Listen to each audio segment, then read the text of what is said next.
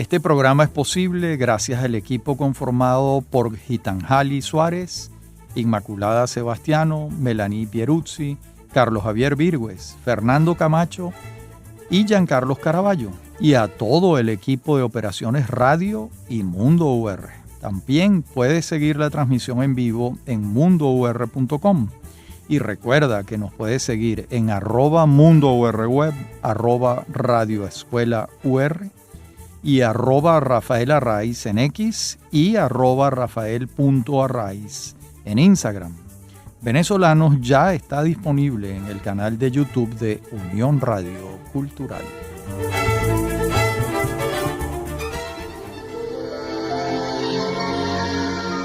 Saludos para todos desde Venezolanos, un programa sobre el país y su historia desde Unión Radio 90.3 en la continuación de esta historia de Caracas que venimos desarrollando. Este es el capítulo número 16. Habíamos dejado en el capítulo 15 una lista que la leímos de los clubes caraqueños y nos faltaba listar los clubes de golf que fueron creados en la ciudad, y lo vamos a hacer en términos cronológicos. El primero fue el Caracas Country Club en 1928, el Valle Arriba Golf Club en 1942, el Junco Golf Club, que no está precisamente en Caracas, pero en la periferia, en 1950. Los Anaucos Golf Club, el mismo caso del Junco, está en la periferia de la ciudad desde 1956. La Lagunita Country Club es de 1957. Y el Iscaragua Country Club en la carretera, en la autopista Caracas-Guarenas-Guatire, es de 1984. Y también está el Caraballeda Golf and Yacht Club, bueno, que sus campos sufrieron severamente durante la vaguada de 1999 y esperamos que en algún momento se recuperen. En el año 1973 se construye el segundo piso de la autopista del Este, con el objeto de duplicar la capacidad de la autopista Francisco Fajardo de entonces. El tramo que va del distribuidor al Pulpo y comunica con el puente de las Mercedes en el Rosal y las Mercedes propiamente. Y también se conecta con el distribuidor El Cien Pies, y este a su vez con la autopista Prados del Este. Y la Cota 1000 siguió su curso. En el programa anterior hablamos del primer tramo, ahora vamos a hablar del segundo, el que se construye entre el año 1969 y 1971, es decir, la Castellana, el Marqués. Allí están los distribuidores de Altamira, Cebucán, Boleíta, el Marqués, y finalmente la conexión con el distribuidor metropolitano, que está enfrente de Petare, enfrente de Terrazas del Ávila y de la Universidad Metropolitana. Bueno, la ciudad por su parte seguía creciendo, y fíjense que para el censo del año 61 habíamos dicho que en Caracas vivían 1.336.464 personas, y 10 años después, en el año 71, según las estimaciones de Marco Negrón, el arquitecto y urbanista, la cifra fue de 2.183.935. Esto es un crecimiento cercano al 80% en apenas 10 años. Es un crecimiento, pero enorme en términos proporcionales. Y del año 73 también va a ser la autopista Prados del Este La Trinidad. Fíjense que en este último año del gobierno de Rafael Caldera hay inauguraciones importantes, y recordemos que su ministro de Obras Públicas fue José Curiel Rodríguez. Y no solo se extendió la autopista de Prados del Este a La Trinidad, sino que se construyó el distribuidor de Prados del Este ya en el año 76, cuando gobernaba Carlos Andrés Pérez. Se construyeron los túneles de la Trinidad. Esto sí ocurrió antes, en el 73. Y todo esto favoreció el desarrollo de las urbanizaciones colindantes con el Valle de la Trinidad. Me refiero a las urbanizaciones La Tahona, Las Esmeraldas y subiendo hacia el Hatillo, la urbanización La Boyera. Todas de finales, de mediados de la década de los años 70. Y del año 73 va a ser también un parque poco conocido, que es el Parque Vinicio Adames. Muy grande, tiene 146 hectáreas, de las cuales hay desarrolladas solamente 33. Se creó en el año 73 con el nombre de Hoyo de la Puerta. Pero en el año 76, cuando la tragedia del Orfeón Universitario de la Universidad Central de Venezuela y falleció el músico Vinicio Adames, pasó a denominarse con su nombre en su homenaje. No es propiamente un parque urbano, pero está en los límites de la ciudad, en la zona protectora, y es visitable fácilmente subiendo por Tazón hacia la autopista regional del centro, la ARC. Justo antes del peaje de Hoyo de la Puerta está a mano derecha. Del año 73 será el Unicentro del Marqués, que del mismo dueño y del mismo arquitecto del Centro Comercial Chacaíto, Isaac Pérez Alfonso y Antonio Pinzani. Es un centro comercial de 42.600 metros de construcción, 142 locales, 1.500 puestos de estacionamiento. Fue un centro comercial importante en el este de la ciudad, ya muy cercano a Petare. Y el Museo de Arte Contemporáneo de Caracas fue fundado por la periodista Sofía Inver en los espacios que el Centro Simón Bolívar tenía dispuestos para una galería de arte. Y el museo fue creciendo, tanto en espacio como en calidad. Abrió sus puertas el 20 de febrero de 1974. Sus arquitectos han sido Nicolás Sidorkovs y luego Tomás Marcano, Nelson Douahi y Jean Lagnot, para las distintas ampliaciones que ha tenido. En 1990, el gobernador de Caracas, Virgilio Ávila Vivas, y el presidente Pérez le acuñaron el nombre de su fundadora. Luego, en tiempos más recientes, pasó a denominarse Museo de Arte Contemporáneo Armando Reverón. Bien, y del año 74 va a ser la inauguración del Poliedro de Caracas, construido durante el primer gobierno de de Rafael Caldera, y además inaugurado por él. Él quería dejar un lugar de espectáculos y de múltiples usos para la ciudad, ya que el nuevo circo para entonces era insuficiente. Caldera le dio 2 años al arquitecto Jimmy Alcock para que construyera en terrenos del Hipódromo La Rinconada el Poliedro. Y cuenta Alcock en entrevista sostenida conmigo que él se fue a los Estados Unidos y determinó que lo mejor era la cúpula geodésica ideada por Richard Buckminster Fuller. La del Poliedro tiene 145 metros de diámetro y 38 metros de altura sobre el nivel de pista. Ese domo cubre 18.000 metros cuadrados y permite un aforo de 14.000 personas sentadas. Originalmente se iba a llamar Domo Geodésico de la Rinconada, pero felizmente se escogió el nombre de Poliedro de Caracas, que es mucho mejor. Fue inaugurado por Caldera el 2 de marzo de 1974, a menos de una semana de entregar la presidencia de la República. Durante muchos años fue el gran lugar de los espectáculos de la ciudad, así como escenario de acontecimientos políticos también. Por varios años estuvo subutilizado o en desuso, y a partir del año 2021 se ha utilizado para conciertos, ferias, etc. Bien, y sigue la construcción de la ciudad. Ahora vamos a otra etapa de la Cota 1000. Entre 1974 y 1976 se construyó el enlace de la Cota 1000 con la avenida Baralt. y el distribuidor del mismo nombre. De modo que ya era posible recorrer desde el distribuidor metropolitano hasta el distribuidor Baral. 14 kilómetros tiene la avenida Boyacá o Cotamil, como todos la llamamos.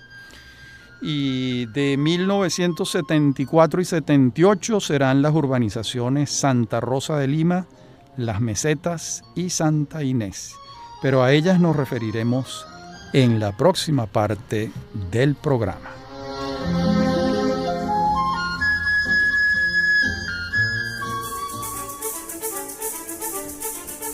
En breve continúa Venezolanos.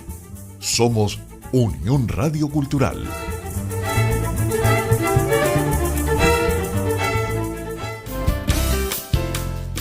Estás escuchando Unión Radio Cultural. Este y otros programas de Venezolanos los puedes oír en formato podcast a través de Anchor.fm. Para alguna sugerencia sobre este espacio, pueden escribirnos al correo rafaelarraiz@hotmail.com. Somos Unión Radio Cultural.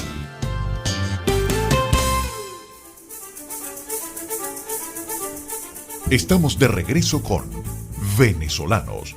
Somos Unión Radio Cultural.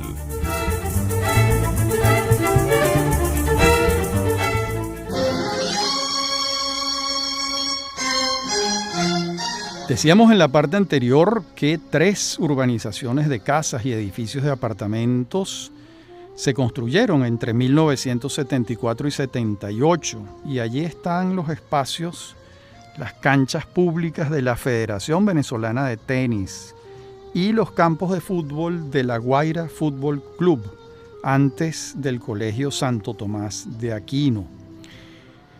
Santa Inés se traza sobre una avenida principal con casas pareadas, veredas, que luego asciende hacia Terrazas de Santa Inés, donde solo hay edificios de 4 pisos. Y años después se conurbó con la urbanización Los Amanes, construida por Luis Bagnoni y Gustavo San Román, hijo, entre 1980 y 1985. Y esta a su vez se enlazó con la urbanización Guaycay, que tiene edificios y una pequeña zona industrial colindante con las minas de baruta.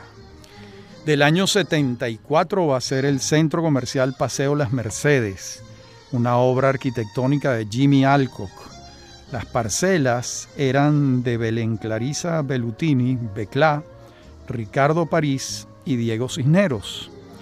Y se juntaron estas 3 parcelas para que en 1974 abriera sus puertas este centro comercial con un patio en el centro, recordándonos la arquitectura de nuestras casas coloniales. Muy pronto se convirtió en competencia para el centro comercial Chacaíto. Tiene un hotel de 220 habitaciones que durante años lo administró la cadena Holiday Inn. Bien, y años después, en el año 2001, Beclá Bellutini hizo en el sótano el Centro Cultural Trasnocho, un verdadero bastión de la cultura venezolana que alberga salas de cine, librería, teatro, salas de exposiciones, restaurantes. Bueno, y por otra parte, consignamos un hecho notorio, y es la obra pública del arquitecto Jimmy Alcock. Hemos señalado el Poliedro de Caracas, ahora el Centro Comercial Paseo Las Mercedes, pero también está la Torre Las Mercedes en Chuao del año 75 y el Parque Cristal del año 1977, a mi juicio uno de los mejores y más integrados de edificios de oficinas a la ciudad, en la avenida Francisco de Miranda, enfrente del Parque del Este. Del año 75 va a ser el centro comercial Propatria, muy grande. Quizás sea el centro comercial más grande del oeste de la ciudad. Tiene 88.000 metros cuadrados de construcción. Es diseño del arquitecto Carlos Brando. Tiene 240 locales comerciales, cines, 1.500 puestos de estacionamiento. Y el año siguiente, en el 76, se abre sus puertas el Centro Ciudad Comercial Tamanaco, CCCT. El empresario merideño Ciro Febres Cordero y el arquitecto Diego Carbonell construyen este centro comercial que es muy importante en la ciudad. Tiene 83.000 metros cuadrados de terreno.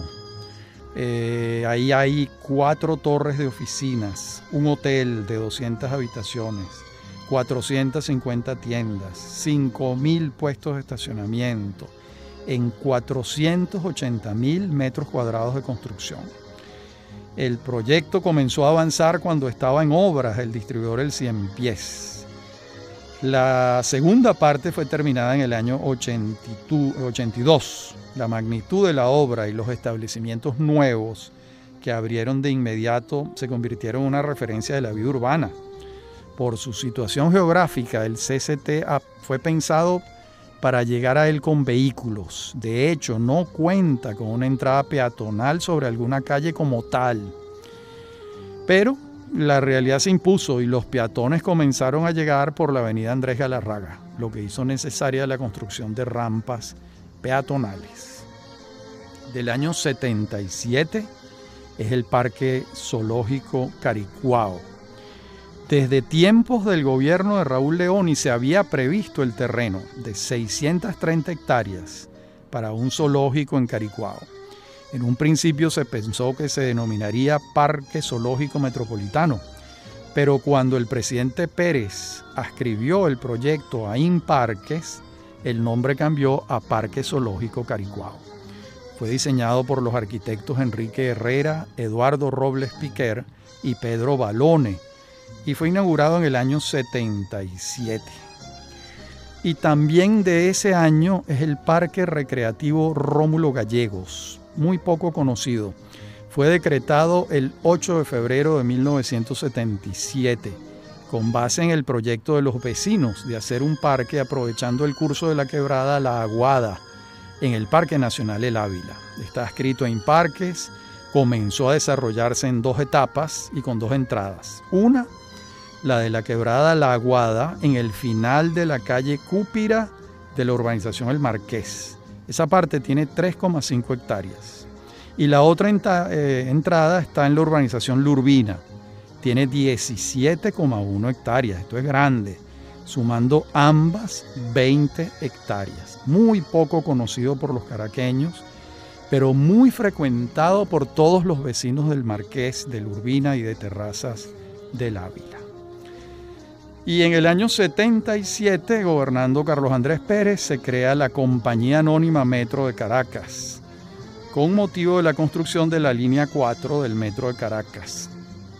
En el año 2006 yo publiqué un libro sobre este tema que se titula Ciudadanía en Movimiento, la línea 4 del Metro de Caracas.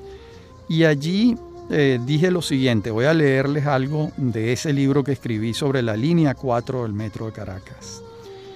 En los registros históricos del transporte masivo de la capital se establece que la primera vez que se habló de un metro para Caracas fue en 1947, cuando una empresa francesa le propuso al Consejo Municipal de entonces la construcción del sistema. Luego, en 1954, se propuso un sistema de monorriel inspirado en el que se había construido en Wuppertal, Alemania. Al año siguiente, un lord inglés propone a la municipalidad un sistema de metro para la ciudad, pero ninguno de estos proyectos prosperó. A finales del año 63, cuando el Ministerio de Obras Públicas creó la Oficina Ministerial de Transporte, se iniciaron los trabajos, el levantamiento estadístico, los medios de movilización de los ciudadanos, etc. Y a partir del año 1965, esta oficina va a estar a cargo del ingeniero José González Lander, quien es el constructor del Metro de Caracas, una figura determinante en la construcción de este sistema masivo. Esta oficina, con los estudios ya realizados, comenzó a elaborar el proyecto del Metro de Caracas en el año 68. Y para diciembre de ese año, el presidente Leoni dictó el primer decreto de expropiación de los inmuebles afectados por la construcción de la línea Catia-Petare, en particular las estaciones que cubren la ruta Propatria-La Hollada. Y a lo largo de los años 70, 71 y 72 se avanzó muchísimo en el proyecto. Y así llegamos pues hasta el año 1983, cuando se inauguró la línea 1 del metro de Caracas. Ya gobernaba Luis Herrera Campins. Y bueno, y por supuesto, el metro siguió desarrollándose, porque después abrió la línea 2, y bueno, así hasta nuestros días, aunque falta mucho por hacer, y hay una línea que no ha continuado construyéndose. Bien, entre 1974 y 1978, todo el primer gobierno de Carlos Andrés Pérez, se construyó la autopista Caracas-Guarenas. Esta autopista supuso la construcción de un viaducto de 350 metros de longitud, de gran altura, 2 túneles de 600 metros de longitud, en los kilómetros 6 y 7 respectivamente. La obra fue proyectada por Urbisa, empresa que también concibió el distribuidor metropolitano, que enlaza la Cota 1000, la autopista Francisco Fajardo y esta autopista que se llamaba Petare-Guarenas, hoy en día se llama Gran Mariscal de Ayacucho. Entre Petare y Guarenas, la autopista tiene 38 kilómetros. Y esto fue muy importante para Caracas porque la autopista permitió el desarrollo de grandes urbanizaciones de viviendas de interés social construidas por las empresas privadas.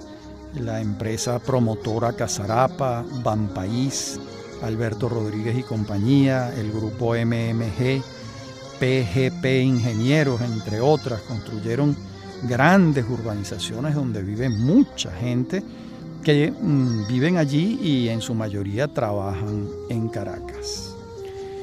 Bueno, está el distribuidor metropolitano, que lo señalamos antes, ya lo referimos. Y fíjense, veamos ahora las cifras poblacionales de Marco Negrón del año 2001. Esto lo vamos a ver en la próxima parte del programa.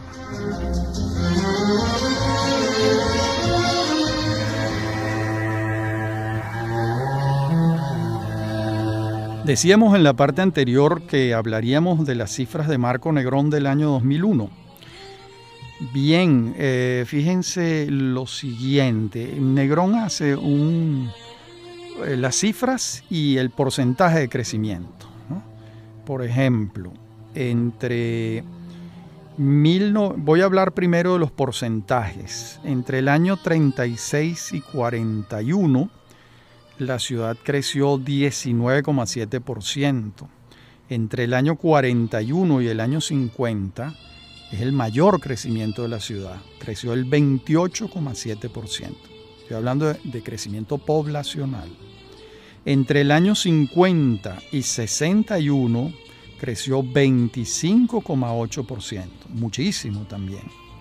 Entre el año 61 y el año 71 creció 26,5%, muy grande. Entre el año 71 y el 81 creció 14,6%.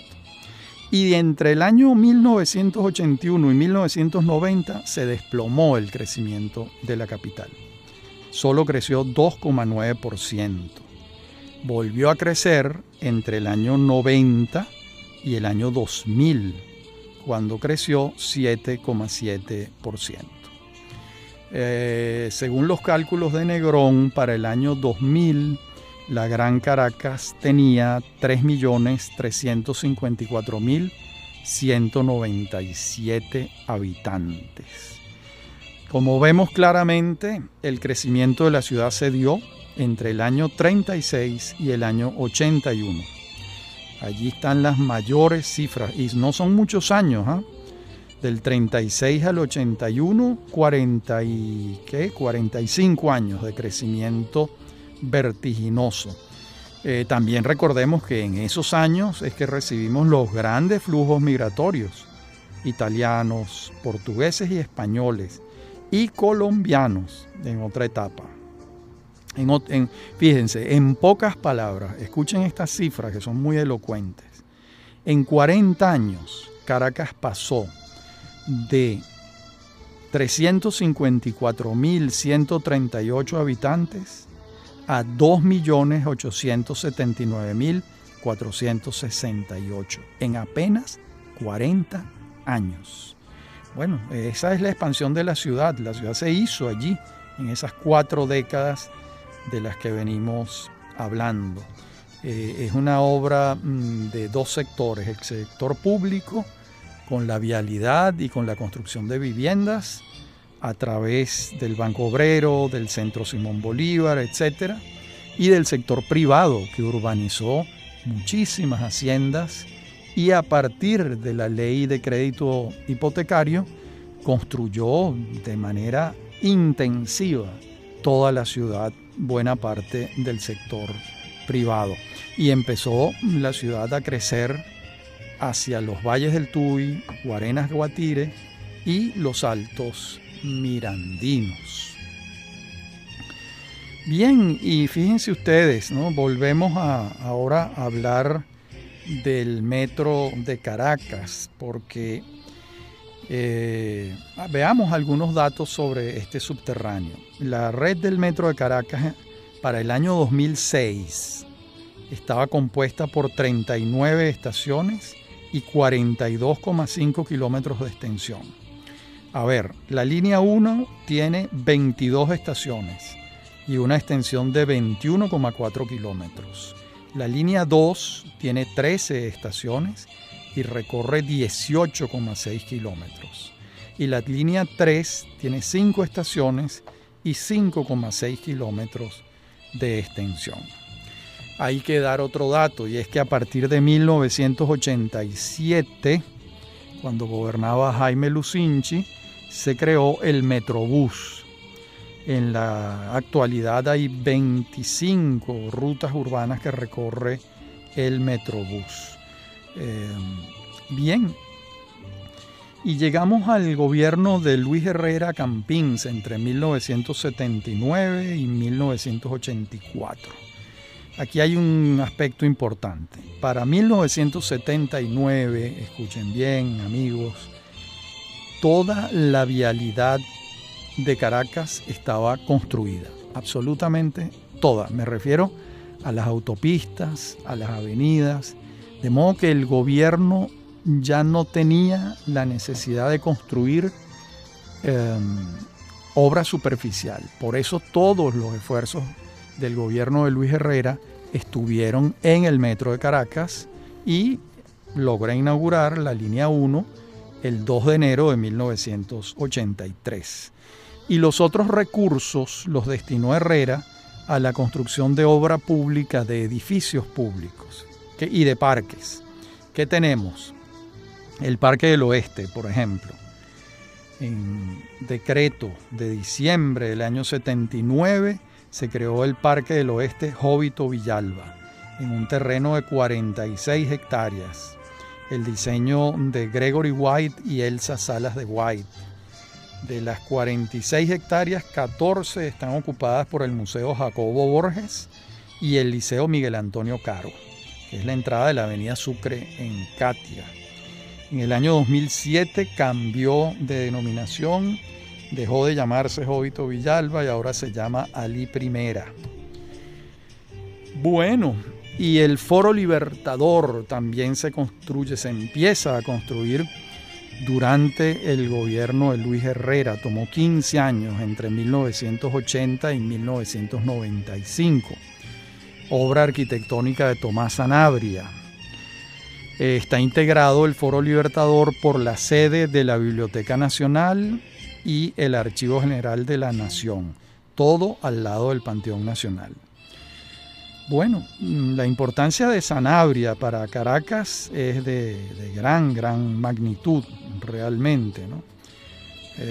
Cuando él murió en el año 2008, en mi columna del diario El Nacional, escribí sobre buena parte de su obra pública. Vamos a mencionarla, porque mencionar las casas sería imposible, se nos iría todo el programa. El primer edificio de la electricidad de Caracas en el año 51. El Grupo Escolar Carlos Delgado Chalbó en el año 52 en Coche. El Hotel Prado Río en el año 54 en Mérida. El Hotel Humboldt en 1957 en el Pico El Ávila. La sede del Banco Central de Venezuela de 1967 en la esquina de Carmelitas. La segunda etapa de la electricidad de Caracas en el año 1970. El Foro Libertador, la Biblioteca Nacional, que los acabamos de mencionar, el Archivo General de la Nación.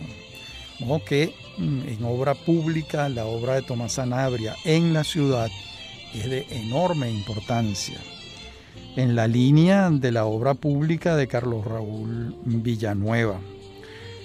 Bien, y en 1980 se construye un nuevo aeropuerto civil para Caracas, el aeropuerto Oscar Machado Zuluaga.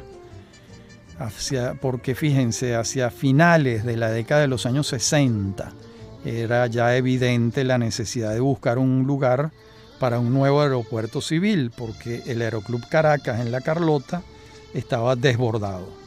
Esta inquietud surgió entre tres personas claves de la aviación civil: Oscar Machado Zuluaga, Oscar Benedetti Pietri y Martín Tovar Zuluaga, y hallaron este sitio cerca de Charallave, ¿verdad? El ingeniero Calzadilla realizó el estudio de la parte aeronáutica y Tomás Sanabria fue quien levantó el plan maestro del aeropuerto. Bueno, tiene una pista de 2.000 metros de largo con 30 de ancho. Fue construido por la empresa Manapro de Eduardo Vaquero. Inicialmente tenía 400 hangares, pero se han incrementado. Bueno, y inicialmente se llamaba Aeropuerto Caracas, pero cuando murió Oscar Machado en el año 1988, pasó a llamarse Oscar Machado Zuluaga. Recordemos que él fue el creador del aeropuerto de La Carlota y el presidente fundador de Viasa en el año 1963. Y ahora tenemos los segundos túneles de la planicie en el año 81, que venían a ayudar a los túneles originales que ya no se daban abasto para el flujo vehicular. Y también del año 81 es la Plaza de los Estadios, esa plaza que se construyó entre el estadio de fútbol, el estadio olímpico y el estadio de béisbol de la ciudad universitaria. Esa plaza tiene abajo un estacionamiento para 2.500 vehículos. Esa plaza se denominó Simón Bolívar porque se construyó dentro del programa celebratorio del Bicentenario del Libertador, y la obra fue diseñada por los arquitectos Francisco Pimentel y Bernardo Borges. También del año 81 va a ser el conjunto residencial Jardín Botánico, obra del arquitecto Felipe de Montemayor e Ignacio Zubizarreta.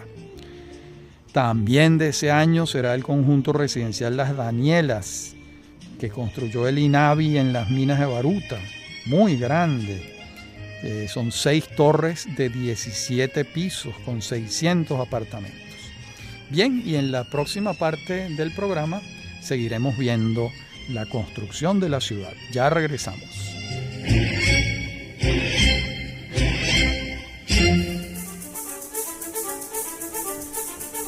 En breve continúa Venezolanos. Somos Unión Radio Cultural.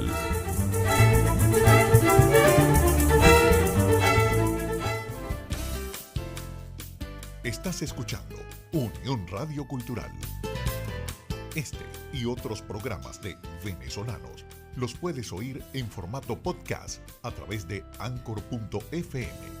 Para alguna sugerencia sobre este espacio, pueden escribirnos al correo rafaelarraiz@hotmail.com. Somos Unión Radio Cultural.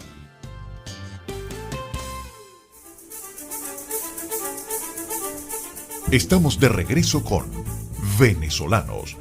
Somos Unión Radio Cultural.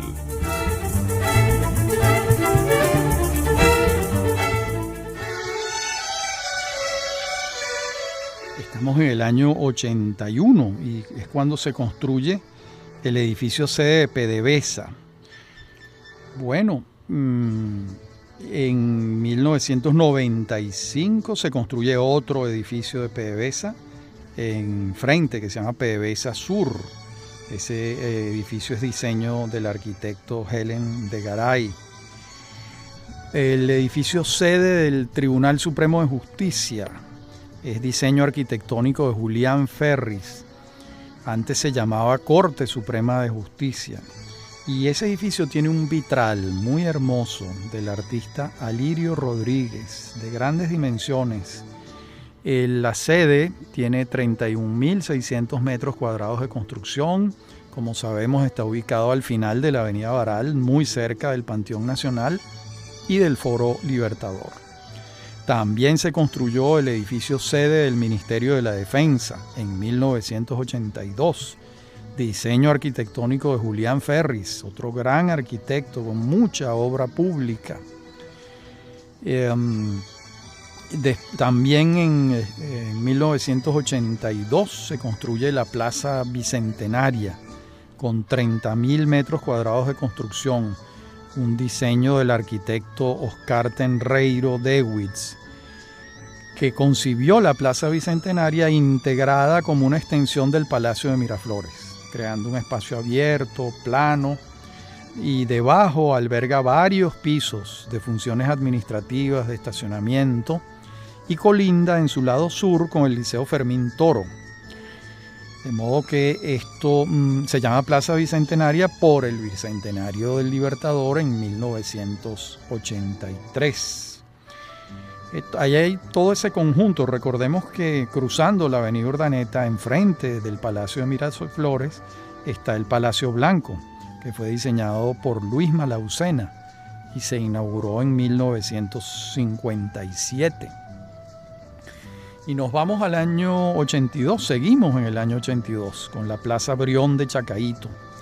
En esta plaza, por la que circulan a diario multitudes de personas, fue construida por el Metro de Caracas, inaugurada en 1982, antes de que se inaugurara el metro. Es una plaza grande, tiene 11.222 metros cuadrados, es de las mayores de la ciudad, y tiene es un homenaje a Luis Brión, el almirante, nativo de Curazao y venezolano por adopción, que tuvo un papel tan importante en las guerras de independencia. Tiene una obra de Jesús Soto, Cubo Virtual Azul y Negro, también una obra de Teresa Casanova, Estructura en 3 partes. Y del año 82 será el Museo de los Niños, creado por Alicia Pietri de Caldera, y abrió sus puertas una primera etapa en el 82 y una segunda en 1993. Y de 1983 será la inauguración del Complejo Cultural Teresa Carreño. Bueno, la historia del Teresa Carreño comienza en 1970. Se tardó 13 años en construir. Entonces el presidente del Centro Simón Bolívar era Gustavo Rodríguez Amengual, y él llama a un concurso arquitectónico para construir una sala de conciertos y la sede de la Orquesta Sinfónica Venezuela, y un jurado integrado por Tomás Sanabria, Martín Vegas, Guido Bermúdez, Julio Col y Américo Failache le otorgaron el premio a la propuesta de Jesús Sandoval Parra, Tomás Lugo Marcano y Dietrich Kunkel. Bueno, y le fue asignado el terreno en el Parque de los Caobos. Ese terreno tiene 22.000 metros cuadrados y ahí está la construcción del complejo, que tiene 80.000 metros cuadrados de construcción. Sandoval Parra muere muy temprano, lamentablemente, y el proyecto queda en manos de Lugo y de Kunkel. La primera parte es la Sala José Félix Rivas, inaugurada en febrero del año 76. Y y después se inaugura ya el teatro completo con la Sala Pedro Antonio Ríos Reina el 19 de abril de 1983. La Sala José Félix Rivas tiene una capacidad de 440 personas y la Sala Ríos Reina tiene una capacidad de 2.400 espectadores.